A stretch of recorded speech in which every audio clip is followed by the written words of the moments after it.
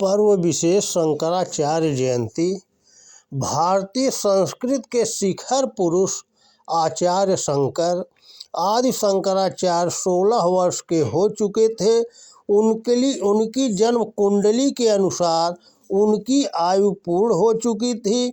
जिन महान कार्यों के लिए उन्होंने देह धारण की थी वे अब पूर्ण होने को थे। उन्हें यह अनुभव भी होने लगा था। अब वे अधिकांश समय समाधि की अवस्था में ही व्यतीत करते थे। वे उत्तराखंड धाम के उत्तर काशी तीर्थ क्षेत्र में तीर्थ यात्रा करते हुए अपने शिष्यों के साथ प्रवास कर रहे थे। अधिकांश समय समाधि अवस्था में होने के कारण उन्हें खाने पीने की भी सुध नहीं होती थी। ऐसा देखकर उनके शिष्यों की बड़ी चिंता हुई। शिष्यों ने सोचा कि जन्म कुंडली में गुरु जी की आयु 16 वर्ष ही है, अतः कहीं गुरुदेव अंतिम यात्रा की तैयारी तो नहीं कर रहे। शिष्यगण मन ही मन अपने इष्ट देव से प्रार्थना किया करते थे, हे इष्ट देव, आप हमें कोई ऐसा मंत्र बता दें जिसके जाप से हमारे गुरुदेव की आयु दीर्घ हो जाए। हम अपने प्राण देकर भी अपने गुरुदेव का आयु दीर्घ होने की कामना करेंगे। उधर अधिकांश समय समाधि अवस्था में ही व्यतीत करते हुए आचार्य शंकर को अपने शरीर की भी सुध नहीं थी। जब वे घंटों समाधि में होते तो उनके शिष्य ही उनके आवश्यक कार्यों का ध्यान रखते। शिष्यगण हर उस युक्ति पर विचार करते जिससे गुरुदेव समाधि की भावभूमि से उतरकर जीवन भूमि यानी बाहर की ओर आकर्षित हो। तभी पद्मपाद ने अपने गुरु भाई प्रभुति को समझाते हुए कहा, गुरुदेव को भाष्य में रुचि है, अतः यदि गुरुदेव को भाष्यादि पढ़ाने सुनाने को कहें तो संभव है कि वे जीव भूमि पर उतरकर हमें भाष्य पढ़ाने को तैयार हो जाएं। यह बात सभी शिष्यों को अच्छी लगी। इसीलिए जब शंकराचार्य समाधि से उठे तो पद्मपाद ने उनके चरण पकड़ लिए और कहा, गुरुदेव, आप हमें भाष्यादि पढ़ा दिया करें तो यह हमारा परम सौभाग्य होगा। ठीक है, हम तुम्हें ब्रह्मसूत्र भाष्य पढ़ाया करेंगे। आचार्य ने कहा। यह सुनकर सभी शिष्य हर्षित हुए। ब्रह्म मुहूर्त में संध्या वंदन ध्यान समाधि आदि के पश्चात एक दिन प्रातः काल शंकराचार्य अपने शिष्यों को ब्रह्मसूत्र भाष्य सुनाते समझाने लगे। तभी वहाँ एक वृद्ध ब्राह्मण पधारे। उन्होंने शिष्यों से पूछा, सुना है यहाँ एक सन्यासी ब्रह्मसूत्र पढ़ाते हैं, वे कहाँ हैं? क्या तुम सब बता सकते हो? शिष्यों ने कहा, हाँ महात्मन, वह सन्यासी कोई और नहीं बल्कि हमारे गुरुदेव ही तो हैं। आप आसन ग्रहण करें। देखिए, जिन्हें समस्त शास्त्र कंठस्थ है वे पूज्य गुरुदेव हमारे बीच पधार रहे हैं। वृद्ध ब्राह्मण आसन पर नहीं बैठे बल्कि वे अपलक नेत्रों से आचार्य शंकर को ही देखते रहे। जब आचार्य शंकर ने उनके निकट आकर उन्हें प्रणाम किया तब वे वृद्ध ब्राह्मण बोले, ये लोग तुम्हें वेद व्यास रचित ब्रह्मसूत्र का भाष्यकार बता रहे हैं, क्या यह सत्य है? यदि हाँ तो क्या तुम ब्रह्मसूत्र के 3 अध्याय के प्रथम पाद के प्रथम सूत्र का तात्पर्य बता सकते हो? आचार्य शंकर बड़ी विनम्रता पूर्वक बोले, हे महात्मन, मैं सर्वप्रथम आप सहित उन सभी आचार्यों को प्रणाम करता हूँ जिन्हें ब्रह्मसूत्र की व्याख्या ज्ञात है। सूत्र ज्ञात होने का मुझे कोई गर्व नहीं है, पर आपने जो प्रश्न किया है उसका उत्तर देता हूँ। इतना कहकर आचार्य ने उस सूत्र की व्याख्या उन वृद्ध ब्राह्मण को सुना दी। ब्राह्मण ने उस व्याख्या का खंडन करके और भी कई प्रश्न किए और आचार्य सभी प्रश्नों का उत्तर देते रहे। इस प्रकार वृद्ध ब्राह्मण एक के बाद दूसरा प्रश्न करते रहे और आचार्य उत्तर देते रहे। दोनों के बीच घंटों ब्रह्मसूत्र, वेद, उपनिषद, विविध शास्त्र व विविध मतों पर चर्चा होती रही।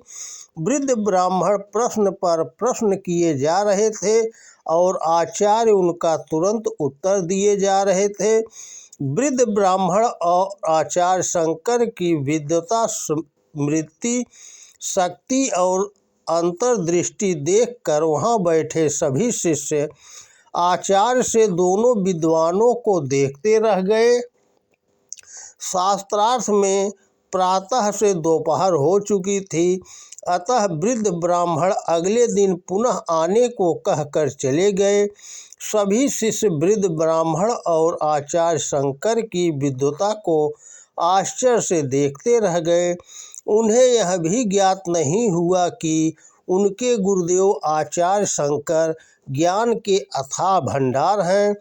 पद्मपाद ने वृद्ध ब्राह्मण के वहाँ से जाने के बाद आचार्य शंकर से पूछा, गुरुदेव, ये वृद्ध ब्राह्मण भी आप ही की तरह ज्ञान के भंडार प्रतीत होते हैं? कहीं वेद व्यास ही ब्राह्मण वेश धारण करके आपकी परीक्षा लेने तो नहीं आए हैं? आचार्य बोले, हाँ पद्मपाद, तुमने ठीक समझा है। महर्षि वेद व्यास ही यहाँ वेश बदल कर आए थे। शंकराचार्य मुस्कुरा कर बोले, पद्मपाद, जब वे पुनः आए तब तुम स्वयं उनसे उनका परिचय पूछ लेना। अगले दिन वे वृद्ध ब्राह्मण पुनः पधारे।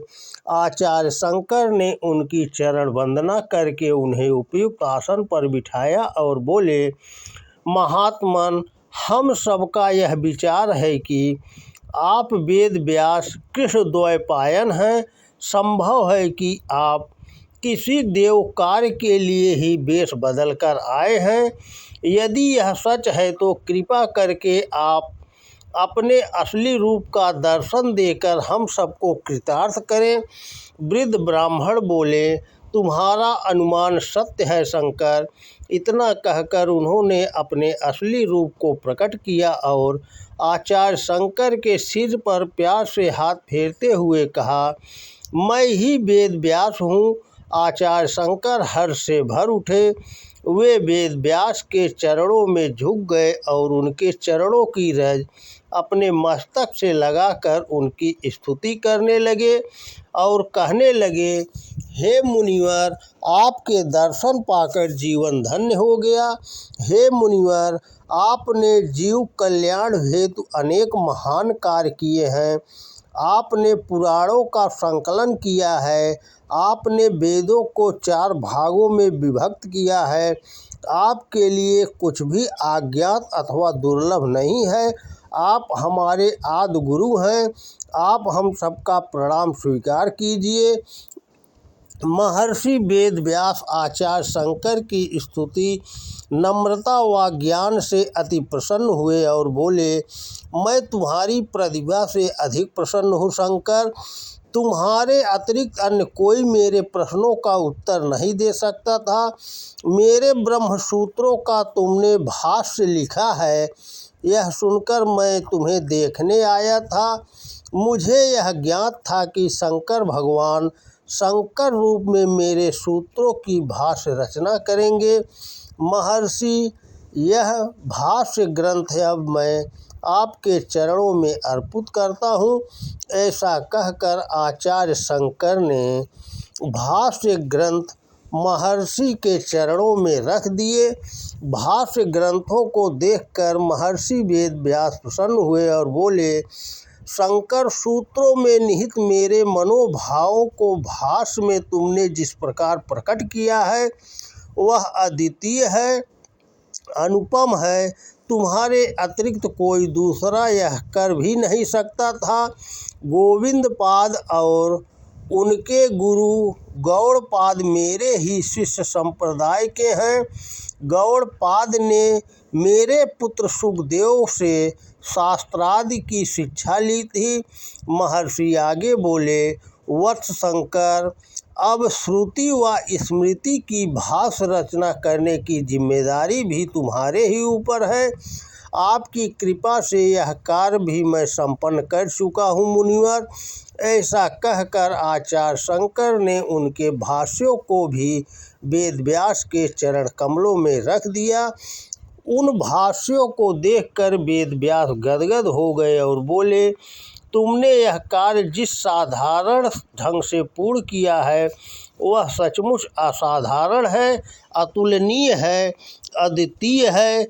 आचार्य शंकर महर्षि वेद व्यास के चरण छूते हुए बोले, मुनिवर, अब तो ये सभी कार्य संपन्न हो चुके हैं, अतः मेरी इच्छा है कि अब आपके सामने ही समाधि योग से देह त्याग कर इस धरा से विदा होऊं। अब मुझे इसकी आज्ञा दीजिए मुनिवर। आचार्य शंकर की बातें सुनकर महर्षि वेद व्यास ध्यान में लीन हो गए। तत्पश्चात आंखें खोलते हुए बोले, अभी तुम्हारे जाने का समय नहीं हुआ है शंकर।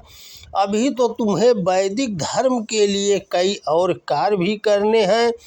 अभी तुम्हें भारत के प्रसिद्ध पंडितों को शास्त्रार्थ में परास्त कर उन्हें अपना अनुयायी बनाकर वैदिक धर्म के महान कार्यों में स्वयं को पूर्ण रूपे लगाना है।